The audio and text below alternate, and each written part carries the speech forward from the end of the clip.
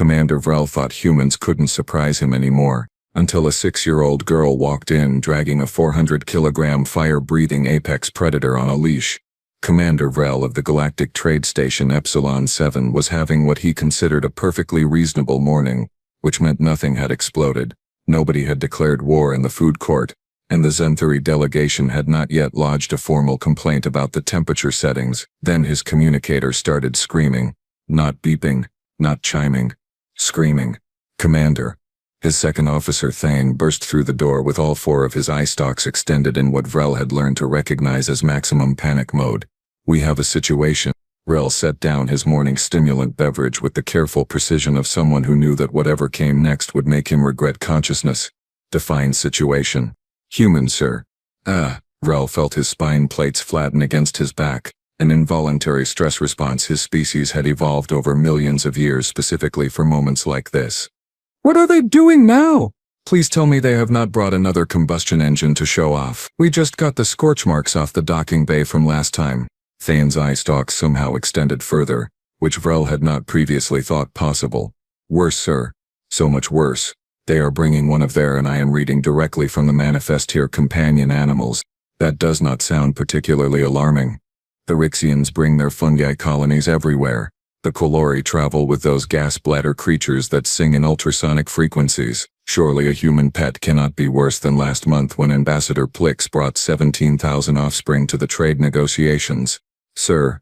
Thane's voice had gone very quiet, which was never a good sign. The species designation on the manifest is listed as Western Mountain Dragon. Classification Draco terribilis. Common designation Earth Dragon. Threat level. He paused, his skin shifting to a pale gray that indicated existential dread. Threat level Omega 9. Vrel's beverage slipped from his gripping appendage and splattered across his desk. Omega 9. That is the same classification as... No. Tell me they are not bringing an ashen fang. A juvenile specimen apparently, 3 years old, weighs approximately 400 kilograms, breathes fire, has acidic saliva, possesses claws that can shred reinforced hull plating. According to our xenobiology database, a creature of this type once depopulated an entire Kreznar colony world in 72 hours during the Frontier Wars, and the humans are bringing one here because the manifest lists it as an emotional support animal, sir. Vrel stood up so fast his chair toppled backward. Get me the station director. Get me security. Get me someone from the human embassy who can explain why one of the most dangerous apex predators in known space is apparently being used for emotional support.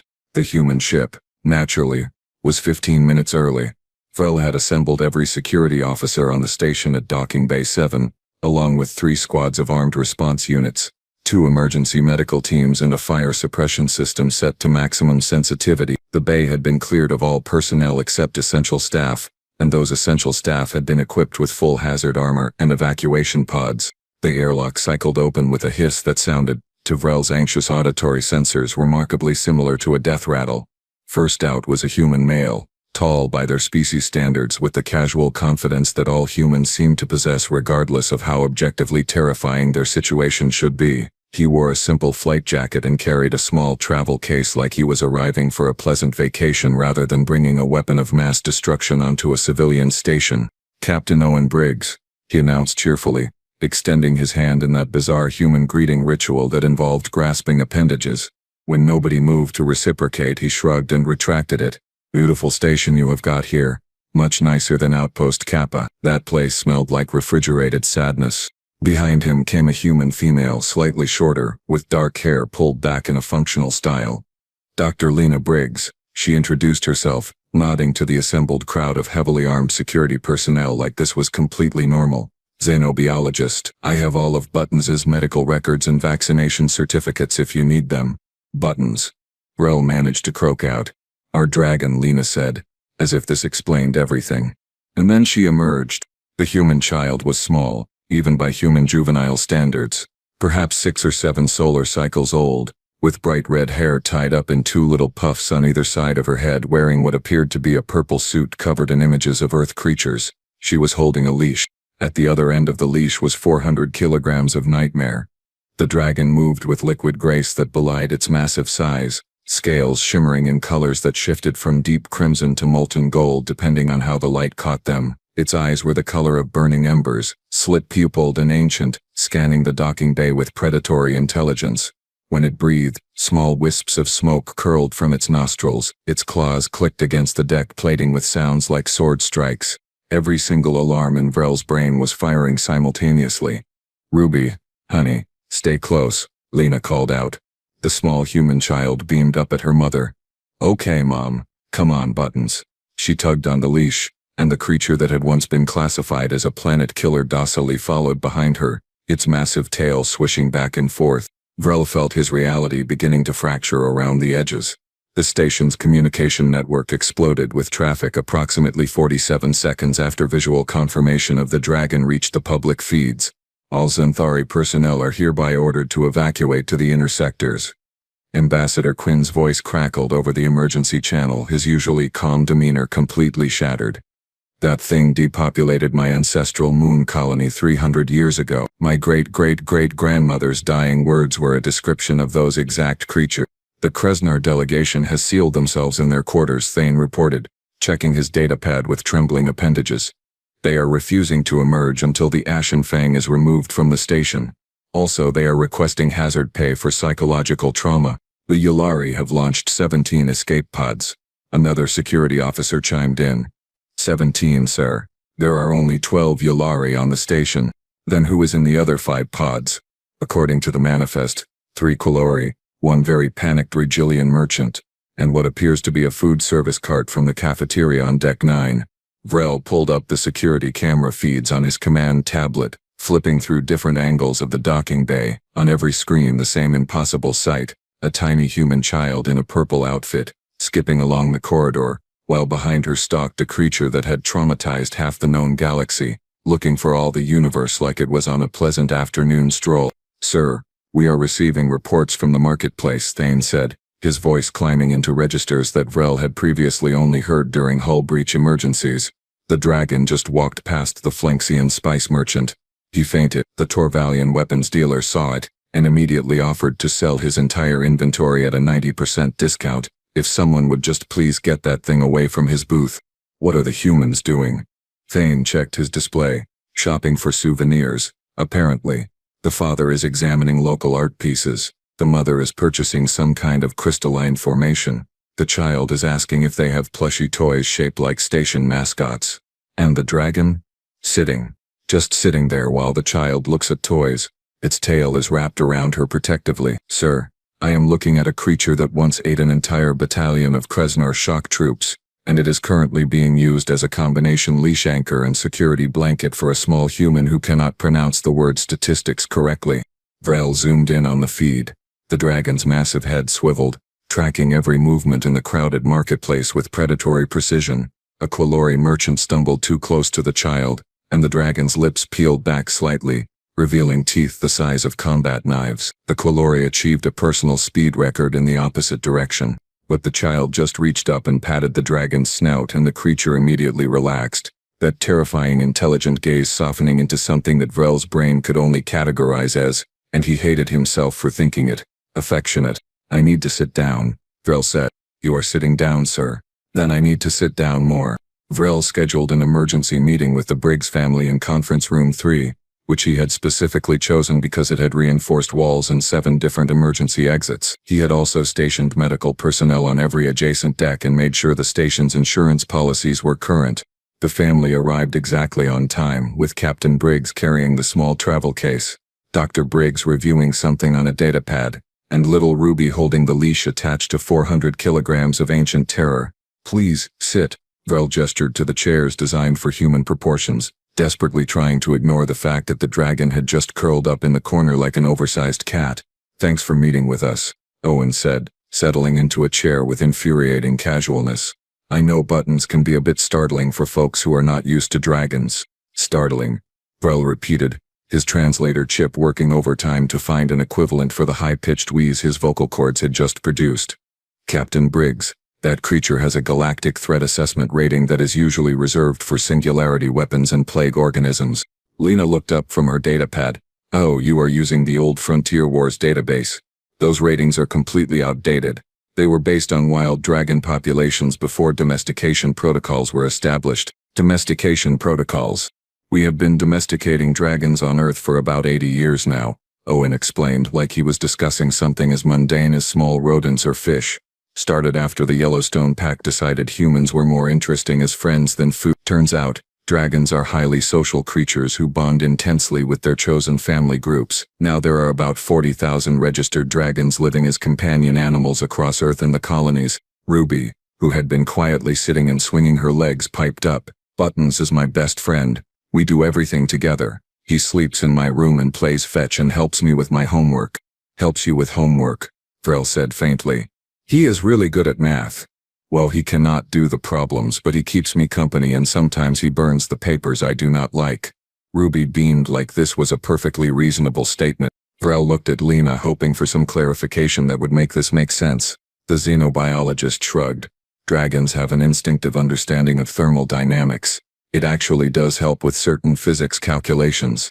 Also, selective paper burning has reduced Ruby's homework-related stress by 43% according to our monitoring." "You monitor your child's stress levels in relation to homework combustion?" "Well, yes. We are scientists." Lena said this like it explained everything. Thane, who had been standing rigid in the corner, suddenly spoke up. "Commander, with respect, perhaps we should focus on the immediate concern. That creature is currently unsecured in a civilian station, with a population of 17,000 beings from 42 different species. Buttons is very secure," Ruby protested. "See?" She held up the leash, which Vrel now noticed was made from some kind of braided metallic fiber that probably cost more than his annual salary. "And he would never hurt anyone unless they tried to hurt me first. Right, Buttons?" The dragon made a sound somewhere between a rumble and a purr, smoke curling lazily from its nostrils. "You see?" Ruby looked extremely pleased with herself. "I see that your emotional support dragon just confirmed that he would in fact hurt people under certain circumstances," Vrel said. "Only bad people," Ruby clarified, as if this made it better. Owen leaned forward. "Look, Commander, I understand this is unusual for you, but from our perspective, Buttons is just family. Ruby has been bonded to him since he hatched. They are inseparable. Leaving him behind would be like asking you to leave do your species have family units?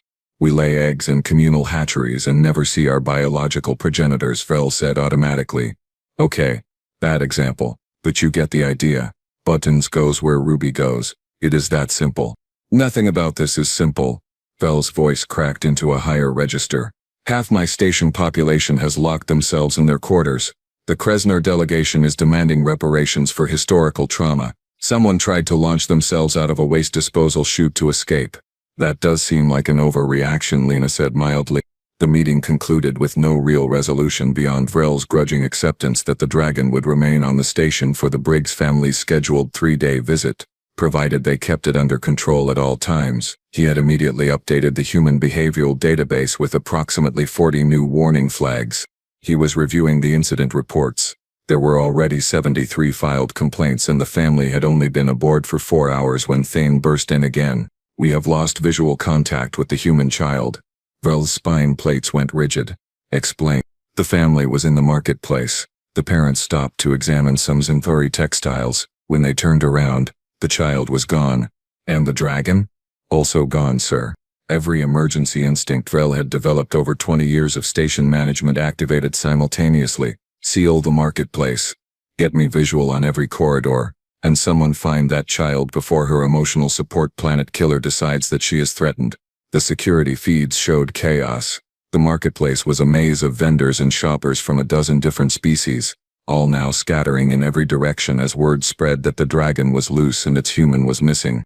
"I have audio contact," a security officer reported, picking up the child's voice in Sector 7 Delta. Vrel pulled up the feed. There, wandering between stalls selling exotic fruits and handcrafted jewelry, was Ruby, looking around with increasing concern. "Buttons?" Her small voice echoed through the corridor. "Buttons, where are you? Mom? Dad?"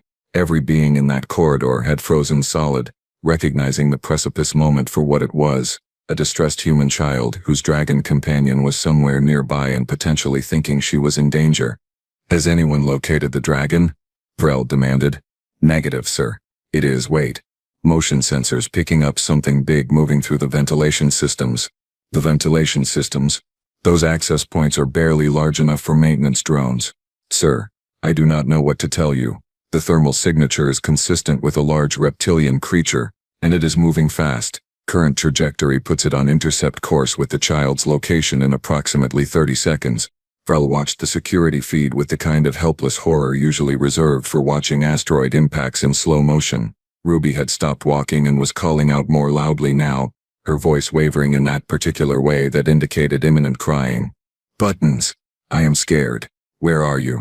A ventilation grate in the ceiling, 3 meters above the corridor floor, suddenly exploded outward with a screech of tortured metal. The dragon, all 400 kilograms of it, somehow squeezed through an opening that should have been physically impossible for it to fit through, and dropped to the floor with earth-shaking impact. Every being in that corridor either ran, fainted, or in the case of one particularly dramatic Yllari did both simultaneously. The dragon's head swiveled, located Ruby, and it moved toward her with frightening speed. Vrel was already activating the emergency response protocols, already imagining the 17 different ways this was about to become a catastrophic incident, already composing the disaster report in his head. Then Ruby squealed with delight. Buttons, there you are. I was looking everywhere for you. She actually ran toward the creature that had once been used as a biological weapon in 3 separate interstellar conflicts, and she kissed it, right on the snout, her small arms wrapping around as much of the dragon's massive head as she could reach, planting a kiss on scales that could deflect armor-piercing rounds. The dragon, the Ashen Fang Devastator, the creature that had traumatized half the galaxy's species, made a sound that Vrel's translator completely failed to process. It was somewhere between a purr, a rumble, and what could only be described as a contented sigh. Its enormous tail wagged back and forth, knocking over a fruit stand and sending exotic produce scattering across the deck. I missed you too, Ruby said, giggling as the dragon nuzzled her with enough force to knock over an adult human, but which she seemed to find perfectly delightful. You silly dragon, you are not supposed to go in the vents. Mom says that is not polite on space stations. The dragon rumbled again, then carefully, with precision that spoke to remarkable intelligence and control, wrapped its tail around Ruby and lifted her up to sit on its back, positioning her right between its shoulder blades where the scales formed a natural saddle. Oh good, you want to carry me? Let us go find Mom and Dad. They are probably worried. And the dragon, with a 6-year-old human child riding on its back like this was the most natural thing in the universe, calmly walked back through the marketplace corridor while every other species present tried to process what they had just witnessed. In conference room 3, Vrel slowly lowered his head to the desk and made a sound that his species usually reserved for existential philosophical crises. Sir? Thane ventured carefully. Are you functional? I just watched a child kiss a dragon, Vrel said, his voice muffled by the desk surface. A dragon, Thane. She kissed it, and it wagged its tail. It wagged its tail like some kind of oversized domesticated creature that enjoys physical affection. The humans do this with the canines as well, Thane offered. Apparently they have very different threat assessment parameters than most species. Most species have threat assessment parameters that include not kissing things that can bite them in half. Vrel called another meeting, this one less official and more of a desperate attempt to understand what he had just witnessed. He had invited the Briggs family back, along with several other species representatives who had experience with humans. Ambassador Trell of the Zenthari arrived first, his scaled face set in an expression of weary resignation. You want to know how humans do this, yes? How they take the monsters of the galaxy and turn them into pets. That would be helpful. Yes, Vrel admitted. Lena Briggs set down her datapad. It is not really that complicated. Dragons are apex predators, yes, but so were wolves on Earth. And we domesticated them into dogs about 40,000 years ago. Cats were solitary hunters. We domesticated them. Horses could kick hard enough to shatter bone. We ride them. Humans have a long history of looking at dangerous animals and saying, well, but what if they were friends? But dragons, Vrel protested weakly. They breathe fire. They have acid saliva. They can survive in vacuum for short periods. They are intelligent enough to use tactical planning in combat. So are humans, Trell pointed out. And yet they keep each other as companions all the time. They call it marriage. A Kresnar representative, who had been convinced to attend via remote hologram from the safety of his sealed quarters, spoke up. Those creatures destroyed my people's colonies. Thousands died. How can you treat them like harmless companions? Owen fielded this one. The dragons that attacked your colonies were wild. territorial and protecting their nesting grounds from what they perceived as invasion. Modern domesticated dragons are bred for temperament, socialized from hatching and bonded to specific humans. Buttons has never known anything except being part of our family. To him, Ruby is not prey or a threat. She is pack. She is family. He would die before letting harm come to her. We have psychological evaluations, genetic markers, and behavioral profiles for every registered dragon. Lena added, the domestication process is rigorous. It takes generations of selective breeding and careful socialization. Button's great-great-grandparents were some of the first fully domesticated dragons. His lineage has been living alongside humans for 80 years. As if summoned by the discussion, Ruby appeared in the doorway with Buttons following behind her. Dad, can Buttons have a snack? He did a really good job not eating anyone today. That is a very low bar for good behavior, Vrel muttered. I have protein treats in the bag, sweetheart, Owen said. The ones that do not make him burp fire. Ruby retrieved a large chunk of what looked like compressed meat from a container and held it up. Buttons, with careful precision, took it from her hand with just the tips of his teeth, avoiding her fingers entirely despite the fact that his mouth was large enough to swallow her whole. Good boy, Buttons, Ruby praised, patting his leg, which was about as high as she could comfortably reach. The dragon munched contentedly, small flames flickering around the corners of his mouth as he chewed. I have a question, Trell said slowly. Why Buttons? Why would you name a dragon Buttons? Ruby looked up, surprised by the question. Because when he hatched he had little bumpy scales on his nose that looked like buttons. And I was 3, and I thought it was a good name. She said this with the unshakable confidence of someone whose logic was flawless and beyond question. You were 3 when you bonded with a dragon, Vril said, trying to process this timeline. Mom and Dad are xenobiologists, so they were studying the first domestic hatchings. I got to help. Well, mostly I just sat there and talked to the eggs, but Buttons hatched while I was reading him a story, and he looked right at me and Mom said that meant we were bonded now. Reading him a story. You read a story to an egg. Mom says that early auditory exposure helps with socialization. Lena nodded. The research supports it. Dragons bond more successfully when they have consistent vocal contact with their designated human during the late incubation period. Vril looked at the assembled representatives, all of whom seemed to be going through various stages of reality adjustment. So let me verify my understanding. Humans discovered that dragons, one of the most dangerous apex predators known to galactic science, could be domesticated using selective breeding, early socialization, and reading stories to eggs. That is a somewhat simplified version but essentially accurate, Lena confirmed. And now there are 40,000 of these creatures living among human populations. 43,000 as of last month's census, Owen corrected. The breeding programs have been very successful, and nobody thought to inform the rest of the galaxy that you were turning planet killers into pets. We filed the paperwork, Lena said, looking slightly defensive. It is all in the xenobiology databases. Not our fault if nobody reads the human sections anymore after the incident with the guard geese. Vrel decided he did not want to know about guard geese. Trell leaned back in his seat. This is very typical of humans, Commander. They look at something the rest of us have nightmares about and decide it would make an excellent companion. I have been studying human culture for 17 years. They have domesticated pack hunters, solitary ambush predators, venomous reptiles, large herbivores that can crush them accidentally, and several species of insects. One human I met kept spiders as pets. Spiders, for fun. Some spiders are very friendly, Ruby offered helpfully. Absolutely none of them are, Trell countered. But humans will insist otherwise while letting them crawl on their faces. The Kresnar hologram flickered. So what you are telling me is that my species has been fleeing in terror from what is essentially the human equivalent of a large dog. More like a large dog that breathes fire, can fly, and has a genius-level intellect, Owen said. But in terms of threat to you specifically, assuming you are not threatening Ruby, then yes, Buttons over there is about as dangerous to you as a golden retriever. Less dangerous, actually. Retrievers will eat anything. Buttons is on a specialized diet. Vrel pulled up his datapad and began updating the human behavioral database entry. Humans have domesticated dragons. Threat level reassessed from Omega 9 to what would you suggest? Depends on the dragon's training and the circumstances, Lena said.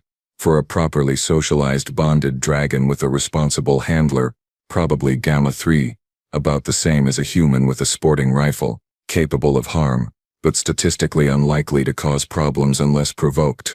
I am putting omega-9 with an asterisk that says domesticated specimens may be significantly less dangerous, but humans should still not be trusted with things that breathe fire, Vrel decided. Ruby giggled. Buttons does not just breathe fire. He can also do smoke rings.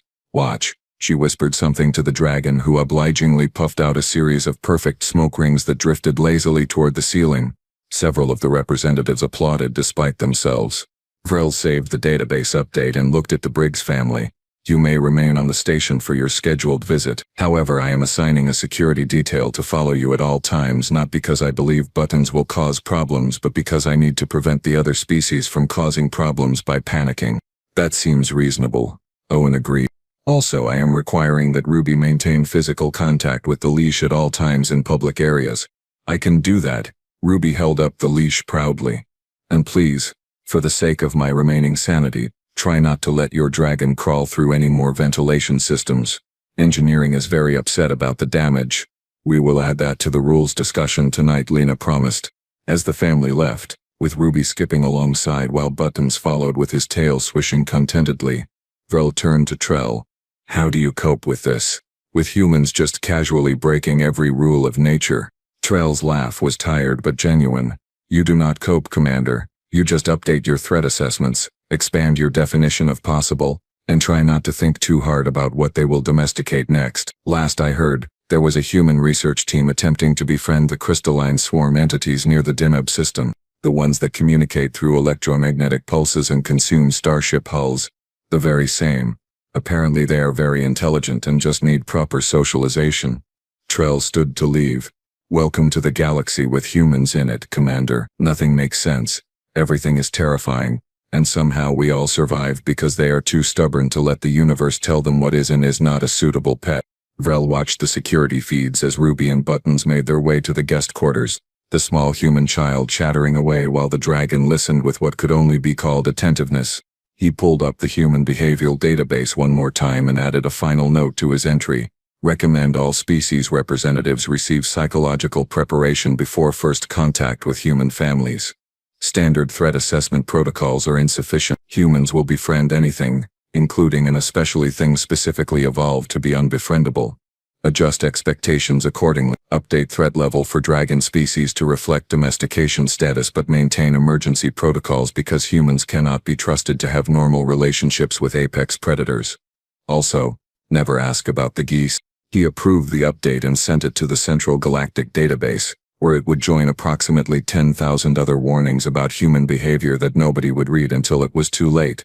Somewhere in the guest quarters, a 6-year-old girl was teaching a dragon to play fetch with a ball made of reinforced titanium because of course she was. Val poured himself another stimulant beverage and wondered if early retirement was a viable option.